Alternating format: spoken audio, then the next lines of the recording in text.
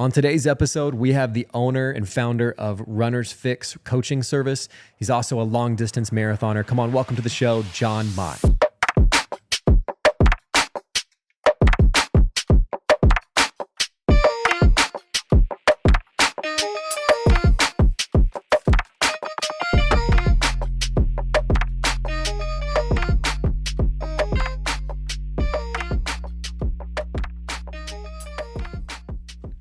Awesome. Cool. Well, Jon, thanks for being on the show, man. Yeah, I really appreciate you having me on here. I've been looking forward to this. For sure, man. I know it's been a long time coming, so I'm glad we made it work. Yeah, for sure, man. Yeah. Well, dude, before we get into this talking today, I want to introduce you to the people listening. If you are like a Lakeland local, if you're here in Lakeland, Florida, you probably have run into Jon at some point, like run into you around Lake Hollingsworth. You like own that place right now, right? Yeah, I've been running a lot there, but also, I mean, I'm at the lake a lot, but I'm all around town. You'll see me like down Lakeland Highlands, down South Florida, the downtown area. Yeah. But the lake is definitely like, that's your hotspot. Yeah. So let's tell people like what you do, just to make sense too of that, like you being around Hollingsworth all the time. So yeah, I'm a runner. I guess you can say I'm a professional marathon runner. I've been running at this level for about the last 9 to 10 years now. Yeah. It's definitely my passion, and I'm also a running coach. I coach runners of all levels, whether you're brand new trying to run your first 5K or you're a Boston qualifier or even trying to qualify for the Olympic trials. So I've coached them all. Yeah, there's many levels to it, right? Yeah, definitely. I know we talked about before you got in here, like all the different kind of world races, right? Or what do you call those? Kind of like the qualifier, or not qualifier races, but kind of the majors. Yeah, the World Marathon Majors. So there's 7 total of them. There was 6, but now they just introduced the 7th. So you have the 3 in the U.S., Boston, Chicago, and New York. And then you have the 4 others, which is Berlin, London, Tokyo, and now the new one, the Sydney Marathon. Yeah. So which ones have you already like checked off? So I've done Chicago. That was my first one back in 2016. Then I did Boston in 2023. And then I've run Berlin twice.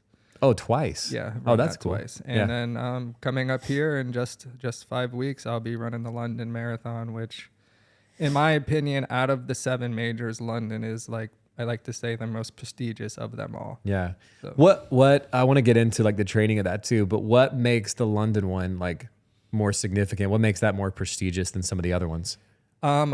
Just because of the competition it brings in. Like, I know like I'm going to be looking at like the top runners in the race. They just attract the fastest runners in the world. Now, all of the world majors do have awesome runners that they bring in, but London is like the race. So I know like a lot of like most runners in the US view Boston as the biggest major, but the rest of the world doesn't view it like that. Yeah. So and you've done Boston. What was the Boston Marathon like for you when you did it? Oh man, that was such a tough one. It definitely humbled me. Yeah. It was my slowest one of my slowest marathons, that's for sure. But what makes it tough is the hills on the course. So right around halfway or just past halfway, they have the Newton Hills, and I know a lot of runners have heard Heartbreak Hill. It's a brutal course, and if you're not prepared for it, it can really beat you up, and that's exactly what it did to me. Yeah. Dude, I've actually noticed we talked about this. I'm nowhere near the state that you're in and running, but I'm starting to get back into it in this year. And I've been doing like once a week, I'll try to do hills or some sort of like splits or something like that. And I feel like for me, sometimes I notice like almost downhill tends to be like harder in a sense of maybe it's a little bit more brutal on the knees of like trying to keep your pace going downhill than it is uphill. Do you feel that way, or is it just the uphill is hardest for you? Yeah, I mean, technically you're running faster running downhill. I mean, you're working with gravity, but also it's beating up your body more. A lot of runners like who run Boston, for example, it has a good amount of downhill, and if you decide to go out too quickly, it's going to end in disaster. Yeah, you'll topple over like real quick. Yeah. So you're training right now for London Marathon. What's that like? Like right now you're in peak, right? Like peak of your running season? Yeah, I'm in the heart of the training block right now, being just 5 weeks out. I'm getting ready to close out this week with 140 miles, and the next 2 weeks I'll be building hopefully 150 next week and 160 the following week after that before I start tapering down, which... Jeez. Yeah, this for your average runner, or even like pretty much most runners in general. This is a crazy amount of mileage, and a lot of runners will think it's too much. But it's like I've done it all. I've experimented with lower mileage. I know what works for me, and I know that this is what it takes for me to be able to run to my full potential. Yeah, and because it works for you doesn't necessarily mean this is what you coach anybody else in, right? That's a great point that you bring up. Like I don't prescribe any of this like type of high mileage for my runners. Like thinking to my runner that runs the highest amount, like they're looking at 80, 90 miles per week. So it's like, I mean, you think that's almost double. It's still a lot, man. I think my goal right now, again, I'm just getting back into it, started this year. I think my goal is somewhere 60 to 70 a month.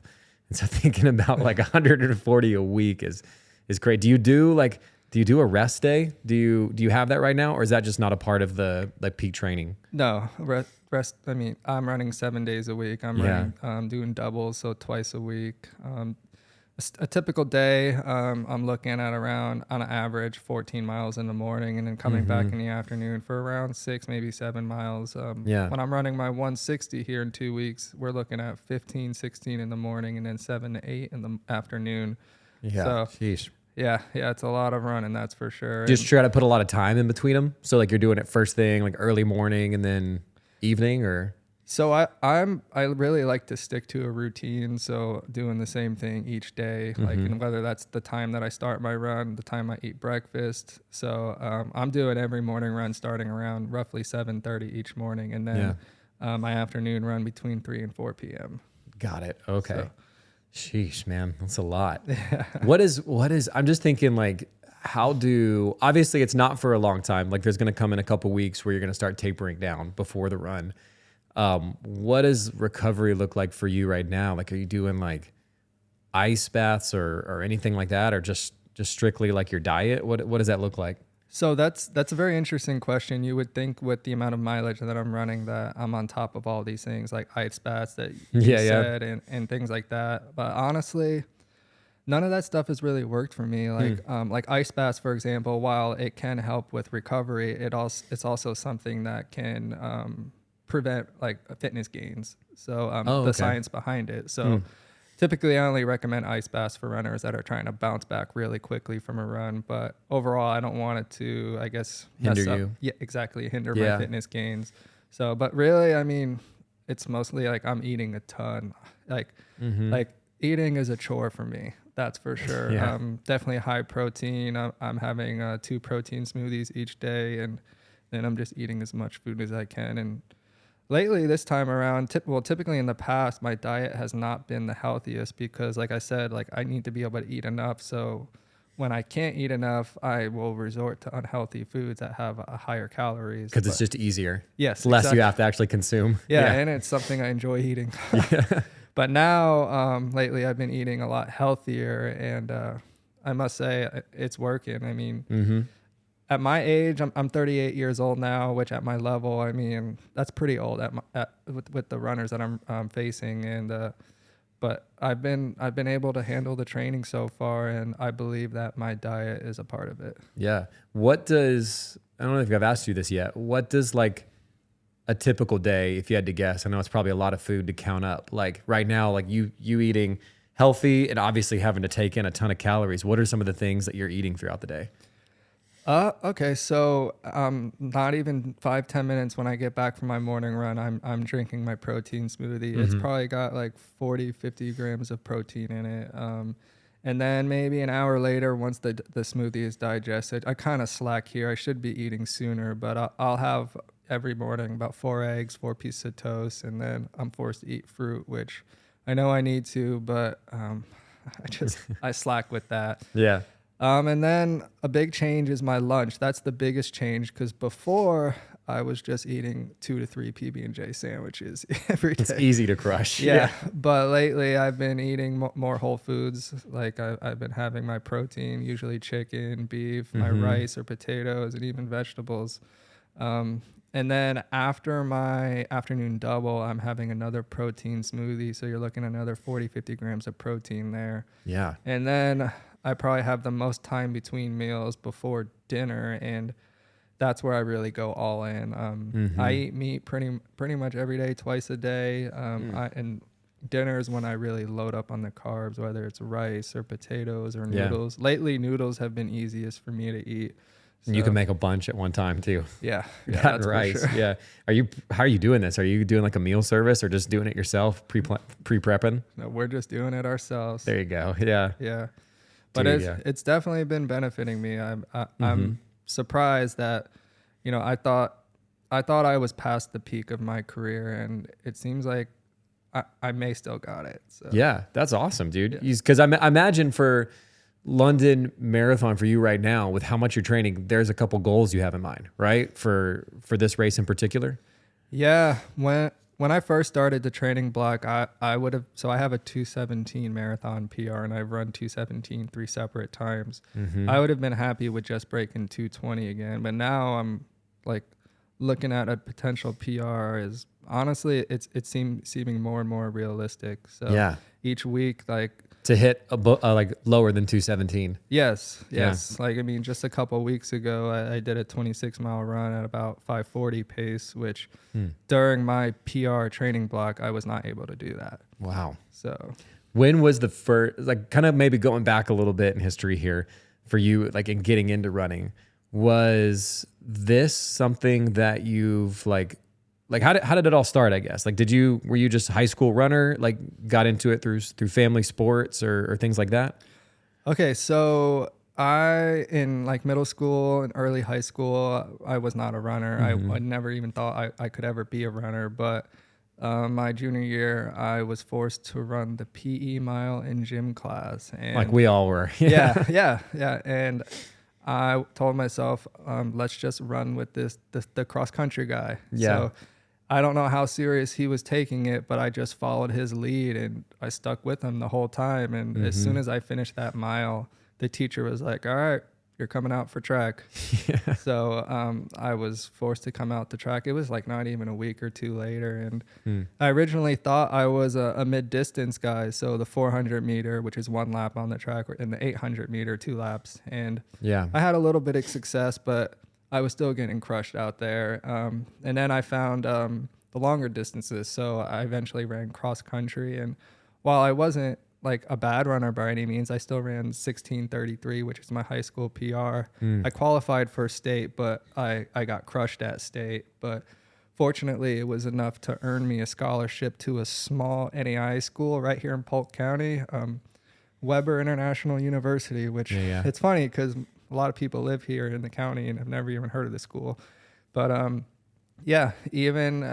I was able to lower my 5K, which I'm just using the 5K, for example. Sure, I ran other distances, but I dropped it down to 15:27, which again, it doesn't sound bad, but I was getting dusted. There were some races I was getting lapped on the track. Which, Well, some people, their whole focus was short distance, right? Yes. So what was their mile time like in the 4 minutes or so? Yeah, I mean, I was still running sub 4:30 for the mile. I think I even got into the low 4:20s, but that's still that's nothing at that level. Yeah. But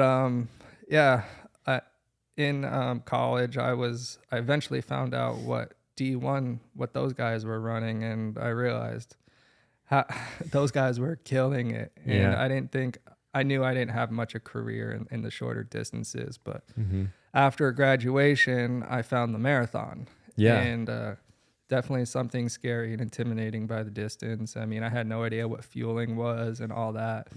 But I eventually started increasing my mileage, and I was able to build it up to 120. And I was like, wow, this didn't feel too bad. And I was handling it well. I was still hitting my workouts, my quality workouts, like my speed and tempo workouts. And eventually I ran the Houston Marathon in 2015. So that was your first one? Yeah. And, I ran 2:18:12, and that was a shock. I shocked a lot of people. And the crazy thing is that at the time, the day that I ran that race, the Olympic trial standard was 2:18 flat.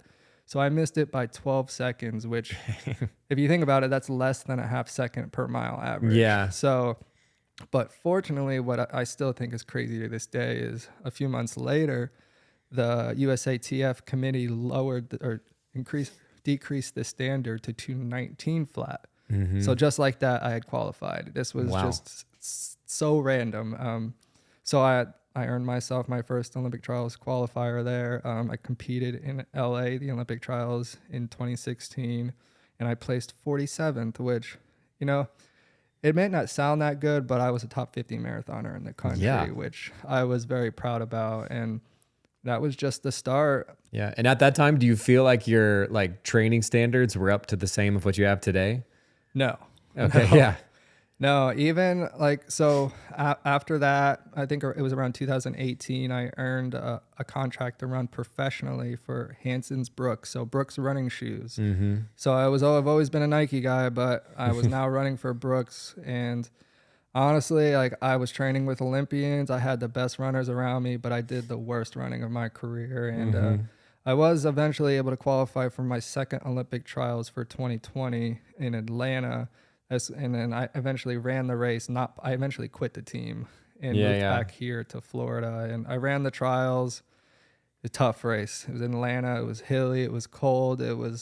Everything was working against me. And I think I was like 81st. It was a pretty disappointing day for me. And then, what is it? 2 weeks later, COVID happened. Dude, so that means no races were happening. And that's when I was like, all right, I can kind of do what I want with my training now. I've already experimented with like getting my mileage up to 120, but I wanted to see what I could handle. So that's when I just started increasing. And I remember I got up to like, I want to say the 160, 180 range. I was like, wow, this didn't feel too much different. Yeah. So then later that year in December, there was a small race called the Mississippi Gulf Coast Marathon. And I went in with this new approach with this high mileage, and I went and ran a 218 flat at this small local race. It was a solo effort from start to finish. And I was like, okay. What'd you finish in that race? Like, I won the race. Oh, you did? With a Okay. course record. I think if I remember correctly, I won the race by 29 minutes. That's awesome. So, but yeah, what really stood out to me with this was the training and how well it worked for me in this type of like small local race setting. And, you know, that was like, I really took the next step in my career. My next three marathons, I ran 2:17 for the marathon. Wow. I qualified for my third Olympic trials, which was in 2024 in Orlando. And so this is why I tried the lower mileage, like in between, and it just didn't work for me. And so that's why this is why I believe I need to run this much to achieve what I want. What is it about? Maybe it's hard to explain. Like, I feel like sometimes, especially getting back into it, and this is such lower mileage, but like for me, like after doing, like if I do a 5 mile, like I did 5 miles this morning, then like when I do 3 miles or 2 miles throughout the next week, it's like, oh, that's so easy. Like I've just done 5, I can easily. Do you feel like there's something to it like that for you mentally? It's like, oh, I've done this amount, doing a marathon's going to be. Well, that's the mental side of it for sure. I mean, if you think about it, I'm putting in about 2.5 hours of running each day. So all of a sudden that 26-mile distance doesn't sound as bad. Yeah. And even I'm doing long runs, like next weekend I'm doing a 28-mile long run. So I'm going over distance. So it's like, that doesn't seem too bad anymore. Yeah. But but the physical side of things is I'm pretty much just really increasing my aerobic system, which is pretty much the most important aspect when it comes to the marathon. Like, so with runners, you have your anaerobic system, which is like the short, fast stuff.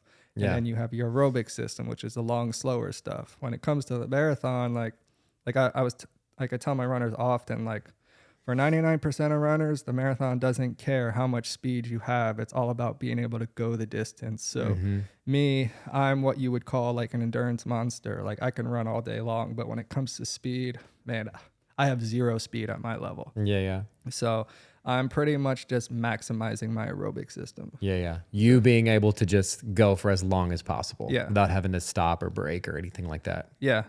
And usually because of my high mileage, like I'm able to close out my marathon strong, whereas most runners are, you know, they can run a good race, but they're still suffering, you know, after 20 miles. Yeah. Have you ever had a moment like that in any of these runs before where you've had to, I mean, in like your more professional career, like had to stop, or maybe not even stop, but just really slow down? Yes. When I was running for Brooks, I was running the California International Marathon. I decided I would go for it. I remember I hit halfway and it was like 108.30, and man, the wheels completely came off after 20 miles, and I ended up dropping out a mile later. That was my I guess you'd call it DNF, and did not finish. And yeah, that was a painful one. I had nothing. Like, there was no fighting through it. Like, I could barely walk after. What do you think it was? I think I just couldn't handle the fast pace. My legs, I got it. I bonked. You know, when you hit the wall, you're pretty much depleting your body of glycogen, and your muscles just shut down. Yeah. And so it was just like, you just had to. Yeah. Yeah. Dude, and for you, I mean, for how the distances you run too, I imagine that had to have been like tough too. And it's in Los Angeles, right? That's where it was, that run? Or was it somewhere else in California? Oh, that one was in Sacramento, California. Oh, gotcha. Yeah. Was it like pretty hot out, or? No. It was nice. The course had a little bit of elevation, but I think part of it was going out a bit quick. I was going for it and giving myself that opportunity, and it was just too much. Yeah. I know that's something we've talked about here, like obviously living in Florida, which has probably given you some sort of advantage in some races, that like there's times where even first thing in the morning, it's already like hitting the 80s, you know, like it's already hot and humid outside. So there's no really escaping it. Even if you get up pretty early, like you're running in that. Yes. The summers are absolutely brutal here. Like, like now we're having our, like, I guess on average, our 50, 60 degree mornings, and I can go out and do my 14-mile morning run and not drink an ounce of water. Yeah. But in the summer, I'm double fisting bottles of water, and I'm still dying out there. Yeah, just doing your best. Yeah. Yeah, and that is what's nice about like even a Hollingsworth too. Like, I think we do have one of the best, like you've said this, we have one of the best like lakes or just spots for running. No matter if you're long distance or short distance or whatever, Hollingsworth with like the view, the water fountains, all that. It's like perfect. You know? Yeah, no, I agree. Like, I'll always say this, but I believe Lake Hollingsworth is one of the best running locations in Central Florida. It's a 2.8 mile loop, 2.85 mile loop. There's mile markers every quarter mile both directions. You have 3 sets of water fountains, and yeah, it's perfect for hydration and fueling. It's where I do all of my long runs, which, you know, I'm doing 20 plus mile long runs around that lake. So you're looking at 6, 7, 8, 9 laps. Yeah. And I would say the hardest part, you know, cause I'm a running coach, getting my runners to actually stay on that lake, because they'll just get bored. But if you can deal with it, it is definitely the best place. Yeah. I've felt that before. I know we've talked about that in the past. Like I've felt that before too. Like I like switching it up every now and then to get a different view. And I felt that about Hollingsworth too. As great as it is, it's like doing something a little different, but there's probably like a degree to that of like being able to fight your mental, right? Like that mental state to push through, to get around that lake a couple times. Absolutely. And honestly, I use that to my advantage in races. So like for example, like I hit 20 miles in a marathon. It was like, all right, I just have 2 laps around the lake, and I'll be done with this race. So, you can think about it that way. Yeah. That's actually great. I didn't think about that. Yeah. Yeah. So like when, I know you mentioned this, so it was just kind of like, it wasn't family, right? You don't have any family that were runners or athletes or anything like that. It was more so just kind of out of luck, or right? Like getting into running. Yeah. None of my family runs. It was just running that mile in PE class. If anything, I have that runner from the cross country team to thank. Yeah. Whoever that guy is out there now. Yeah. That's great. Yeah. So dude, the London Marathon's in a couple of weeks. 5 weeks. 5 weeks. Yeah. Sheesh. Anything that like you're particularly preparing for right now that you like expect about that course? So the course is mostly flat. It does have about 500 feet of elevation gain, which over a marathon, it's not too bad, but it's not flat like Chicago or Berlin, for example. But I would say what's potentially going to be the most challenging part is the 9:30 a.m. start. So typically most marathons start like around 7 a.m. We're taking advantage of the cooler weather, but I know they do this later start at 9:30 because of like the broadcasting, the TV. So I just need to be prepared for in case it is on the warmer side. But it is London. You know, I've been checking out the weather there. I like to compare it to what the weather is like in Michigan, for example. That's where I was training with Brooks, and you know, what's it like there in April? And it's hit or miss. It's hit or miss. Yeah. Could be anything. And regardless of what the weather is, like you're you're wearing the same thing, right? Like your gear is tank top and shorts, right? Like Absolutely, yeah. So I'm a big Nike guy, Nike everything. I've always been like that, besides when I ran for Brooks. But I'm always in a tank top and my 2-inch split shorts. It's just how I like. It's how I feel the best feeling. Like my stride doesn't feel restricted. Yeah, I'm pretty cold out there, but like I'll wear gloves or arm sleeves or a headband, for example. But like even when I ran Houston in 2022, it was 28 degrees at the start of that race, and I was still in my split shorts and tank top while I was absolutely freezing the first half of that race. I don't regret it, and I believe if I would have wore more clothing, that it could have potentially hindered my performance. Sheesh, yeah. It's like little stuff like that matters too. And I'm like, for me, I've noticed even just past couple of months, like the gear you choose, like especially like getting fitted for shoes is actually like really important for running. I know like at the beginning of this year, I just chose a pair of shoes, and I won't dox them because I like the brand, but like I chose a pair of shoes just because they look cool. And I started running in those, and dude, I got messed up. Like my foot kept falling asleep. My back was hurting.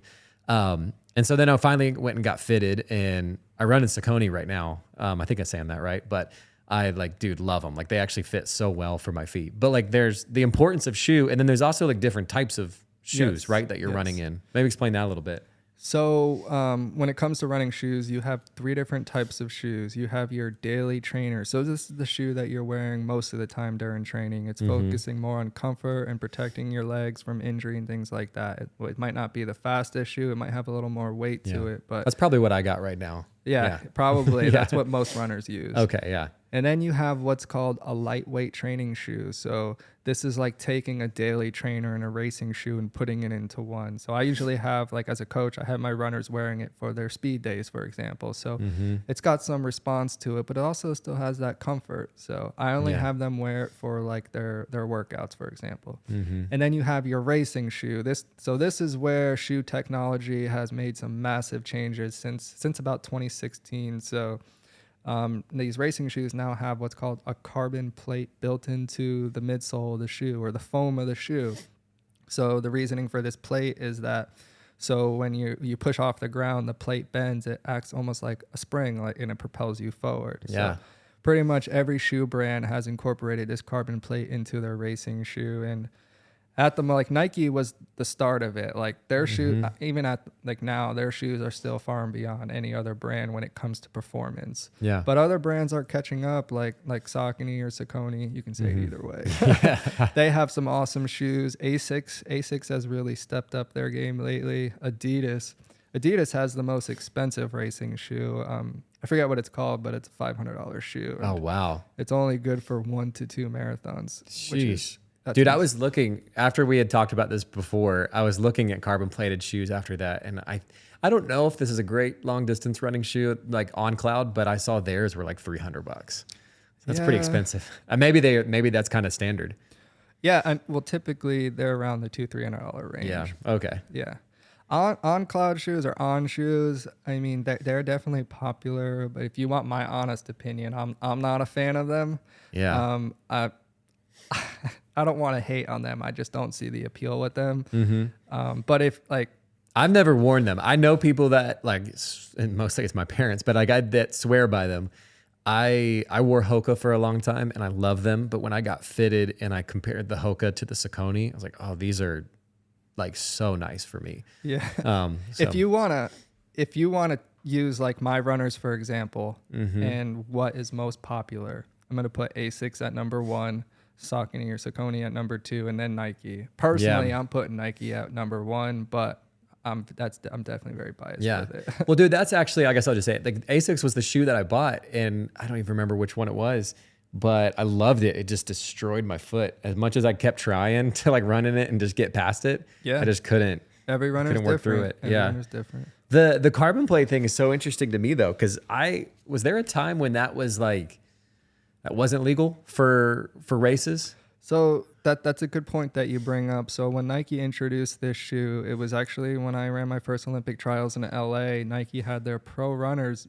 So they were just prototypes at the time. And the only runners to use these carbon plated shoes were the Nike pro runners in that race, which there was a lot of debate and made a lot of like the other runners angry. And like that day was pretty much all Nike runners that qualified for the Olympics. And but since then, other brands have joined the game and they've created their own version. While it took many years for those shoe brands to catch up, and most of them still haven't, they're still like to this day. It's not even just a carbon plate. Now it's the stack height. So now there's I believe it's a 40 millimeter stack height. Like I've seen runners be disqualified for. So Adidas makes, I forget what it's called, but I want to say it's like a 48 millimeter stack height, that's against the rules. Yeah. Is it hard to get used to? Like, cause I imagine you're just running at like a whole new pace. Like how, or even just like a stride, I guess, is different. I would say 90% of my runners who try a carbon plated shoe for the first time get that magic shoe feeling. And they're like, where have these been all my life? Yeah. Yeah. Okay. Yeah. That's cool. Dude, maybe I need to look into that. Yeah. That'd be great. And to add more to that, like there's also that debate, like these carbon plated shoes are only for faster runners. Well, at first I did understand this. I started recommending them to my slower runners. I guess at first it was more experimental just to see how it would work. And like the results don't lie. They're working for all of my runners. That's awesome, man. Yeah, I really want to, like, my goal is to do a marathon. Like I kind of programmed something for myself at a really bad time, because I just put in a program like of, hey, let's try to do a marathon in August, not thinking like August has got to be the worst time of the year to do like a marathon or a half marathon rather. So I'm just kind of in a training season right now. Maybe I'll do something by the end of the year. Well, I'll find something, but Gasparilla for sure by next February. I'm sure that'll be a good one. Maybe I'll try out some carbon plates, you know? Dude, so with these runs that you've placed, the highest that you've ever placed before, like, was it in the 20s or 30s in some of these like world marathons?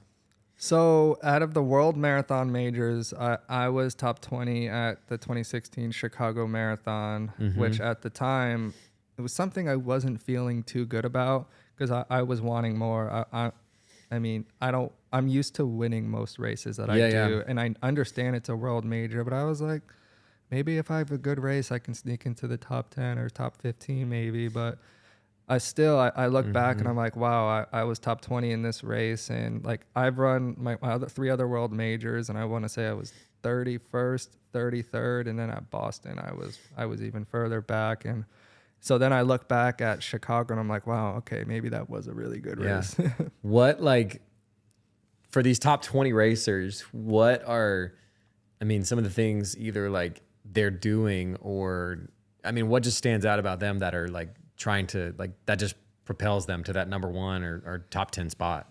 So I believe some other like people won't believe in this, but with running, I mean, talent is a very important factor. So these guys that I'm running against were just born with like great genetics for running. So like the runners, like say at my level, like if we were to race at a shorter distance where speed is more of a factor, like they're crushing me. I just don't have that type of speed. Like I got to where I am with hard work, where that's the other side of the argument. But that's the difference. Like I grew up or started my career at late high school and college, and these guys are already running, 13, 14 minutes for 5K while I'm still stuck in the 15-minute range. Yeah. So yeah, honestly, it really, at this level, it's just genetics. Yeah. Dude, I think that's true. Like some people, just depending upon maybe like your family, your lineage, where your family comes from, like you're just built for a particular sport or thing. It's like true. I've like done volunteer work at like the Tampa Bay Stadium before, and like been on the field. And when you're watching like football from TV, they look like normal sized humans, that are on that field. And then standing there, dude, I remember being like, God, like, these are Vikings. Yeah. Like these are humongous. That's a great way to put it. And no one can say, like, for me, like, I am maximizing my potential. I mean, I don't even need to say the amount of mileage that I'm running again. Like, I am doing literally everything I can to get everything out of my body. Like, I'll be able to look back on my career in 10, 20, 30 years from now and be like, I did everything I could. Yeah, which is a great, I love that you brought that up too. Like, I've talked about that in, like, throughout this this podcast too in a number of different aspects, whether it's running or somebody's career, or we had a guy, and his name is Vince Strawbridge. I don't know if you've heard of him before, but he and his family did this wild hike. But all with that same theme of like, I know who that man, is. yeah, you do? Yeah, great dude. He did this crazy hike with his family, but the whole theme of like, man, I gave it my all, like I didn't leave anything out there. Yeah. Which is a great feeling afterwards. It's like the other side of the coin is, oh, I know I had more in me.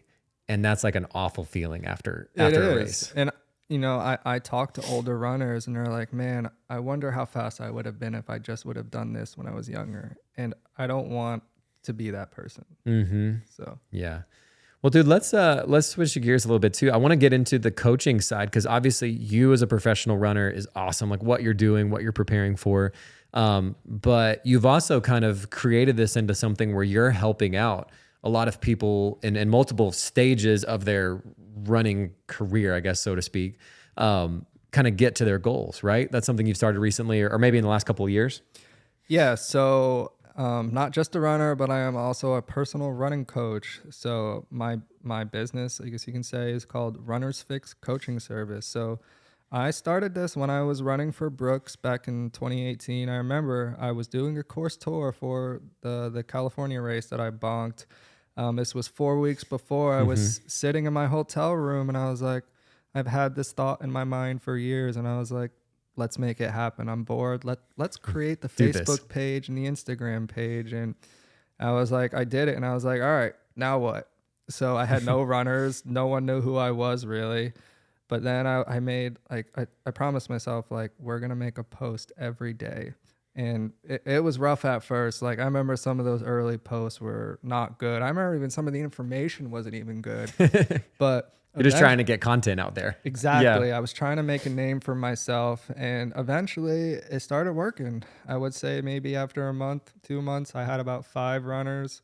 And it just slowly kept increasing. So between October 2018 to when I came back to Lakeland in February 2019 on my birthday, that was the difference. So I was back with my community here in Lakeland. So I lived here before I ran for Brooks. This was in Michigan, by the way, when I was up there. But the Lakeland Runners Club, the community here is massive. And, they see me coming back from running professionally, and then they see me at the lake or running around town almost every day. And it was like, I started making a name for myself. I started getting more runners, and that the rest was history. I just kept increasing. And and now at the moment I have almost 100 runners, and I have now 4 other coaches working for me. It's awesome.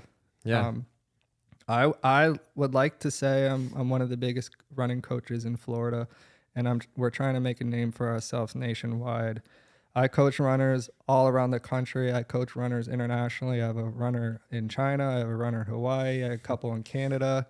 I would crazy. say, besides my accomplishments, which I mean, that's definitely a big part of like how why runners would want me to coach them, and then the experience itself. But I've also done a really good job marketing myself, like the social media side of things.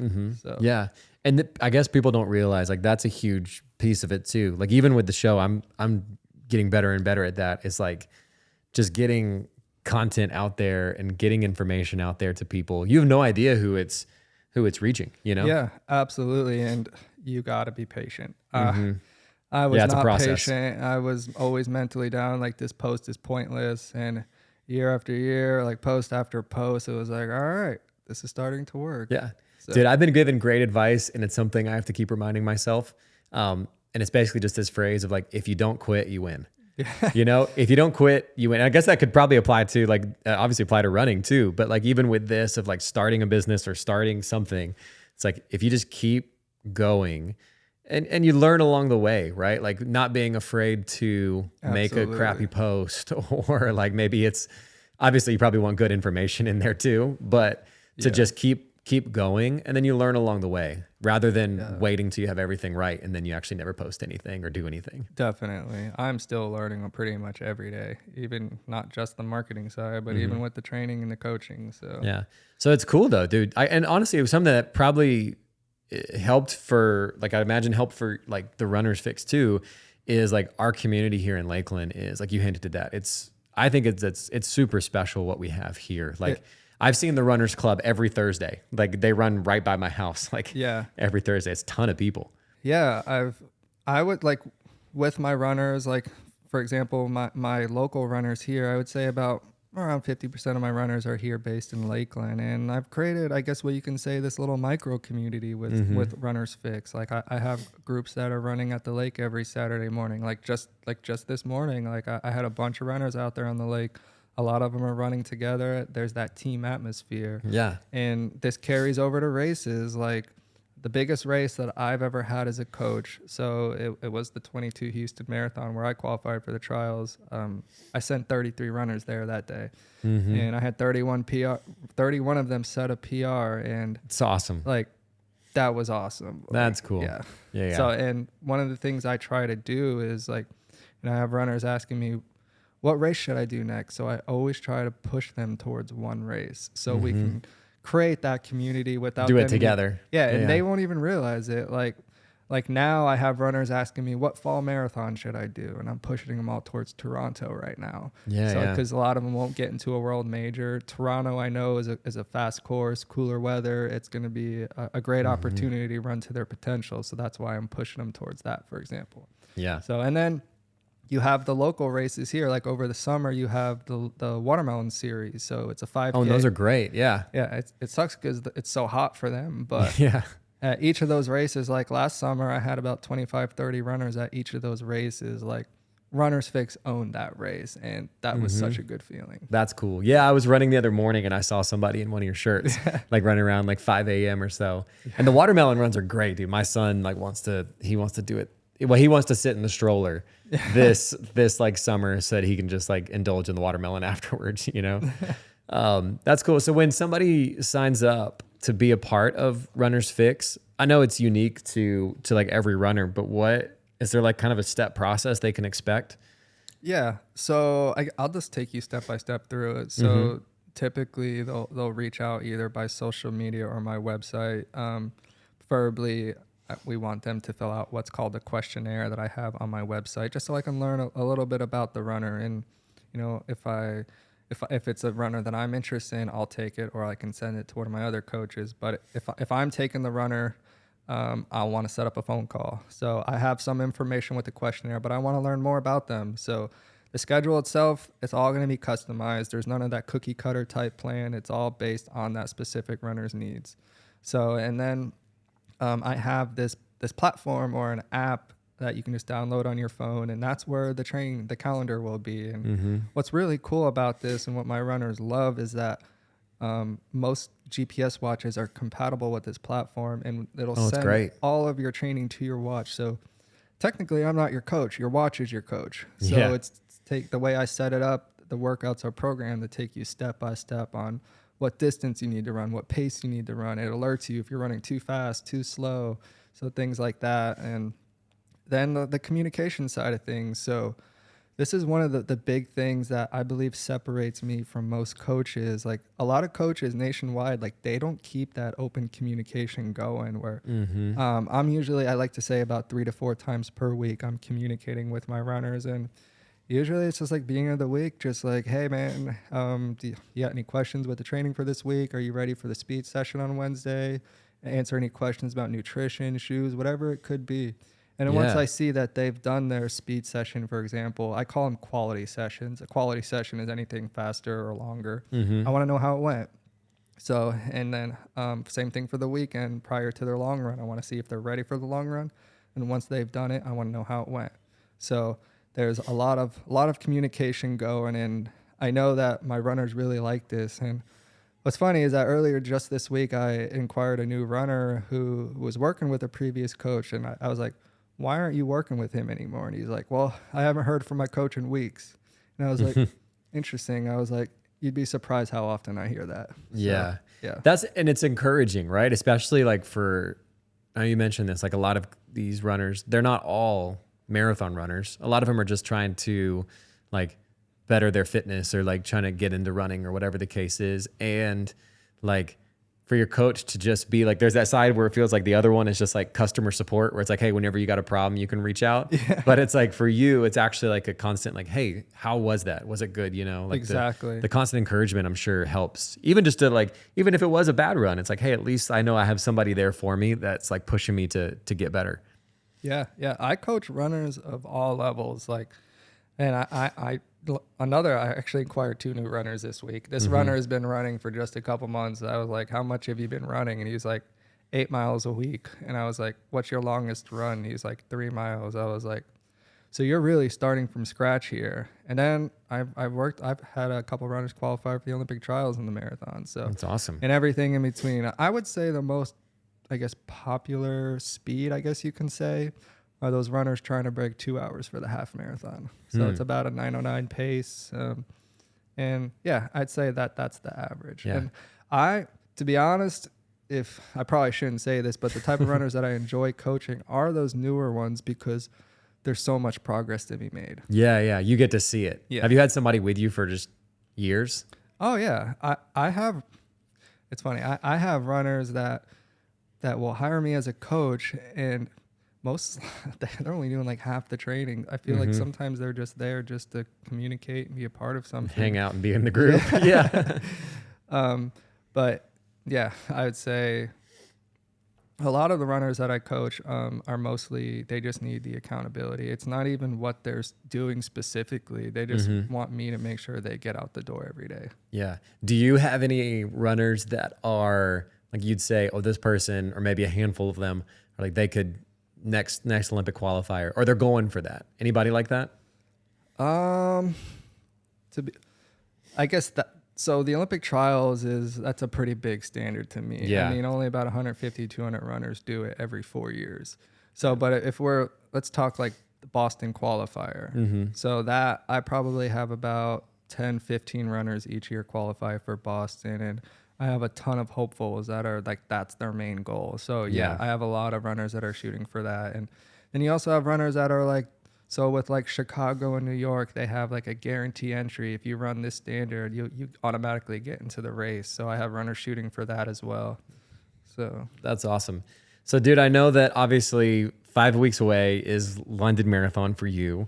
What do you feel like is, obviously you'll check that off. Do you want to check off all the world majors? Is that kind of a goal, or what do you feel like is maybe the next couple of years goal for you?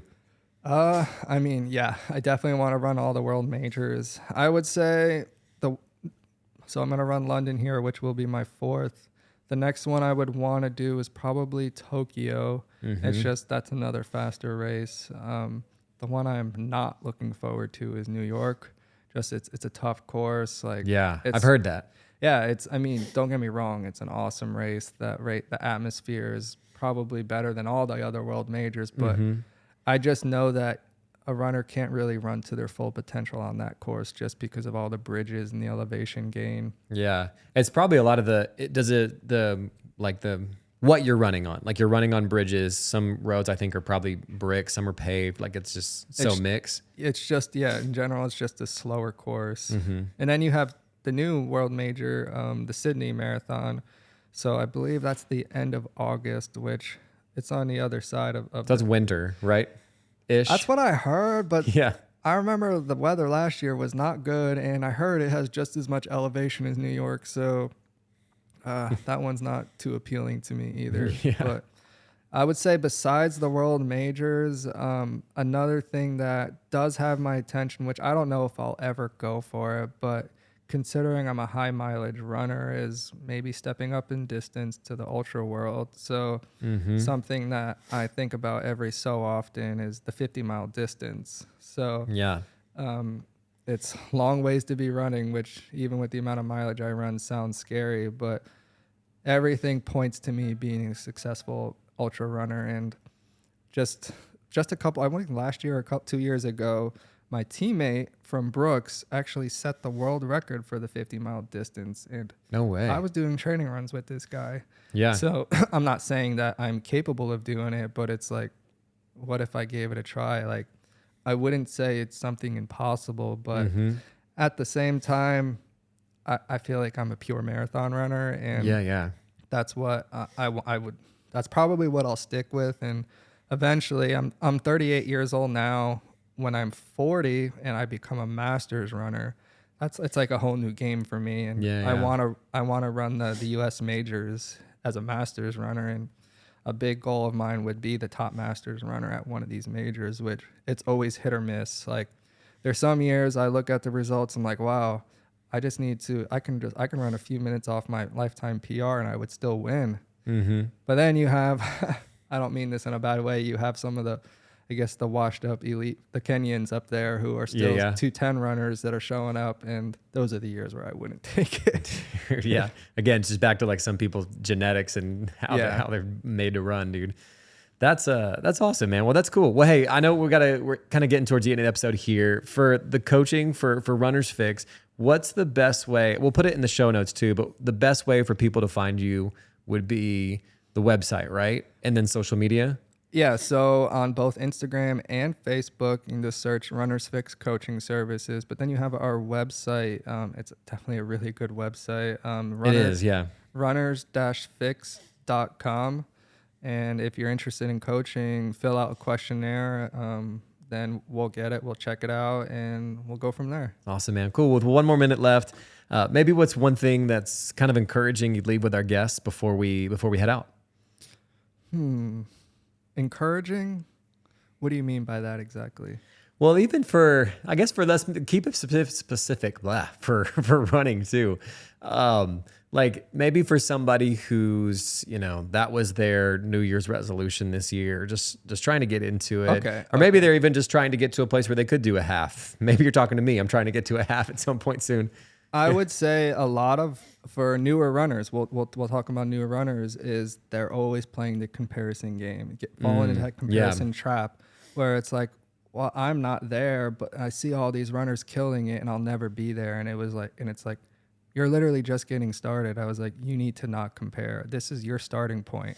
So you need to progress from where you're at and ignore those. Like, I would say so many runners fall into that comparison trap, and it drives them crazy mentally. So my advice is you need to block them people out and just focus on yourself and be patient. Like, the fitness is going to come. The great thing with running is that what you put into it is what you get. That's great, man. Well, dude, thank you so much for being on the show. I'm glad we were able to do this. For sure. I really appreciate you having me on.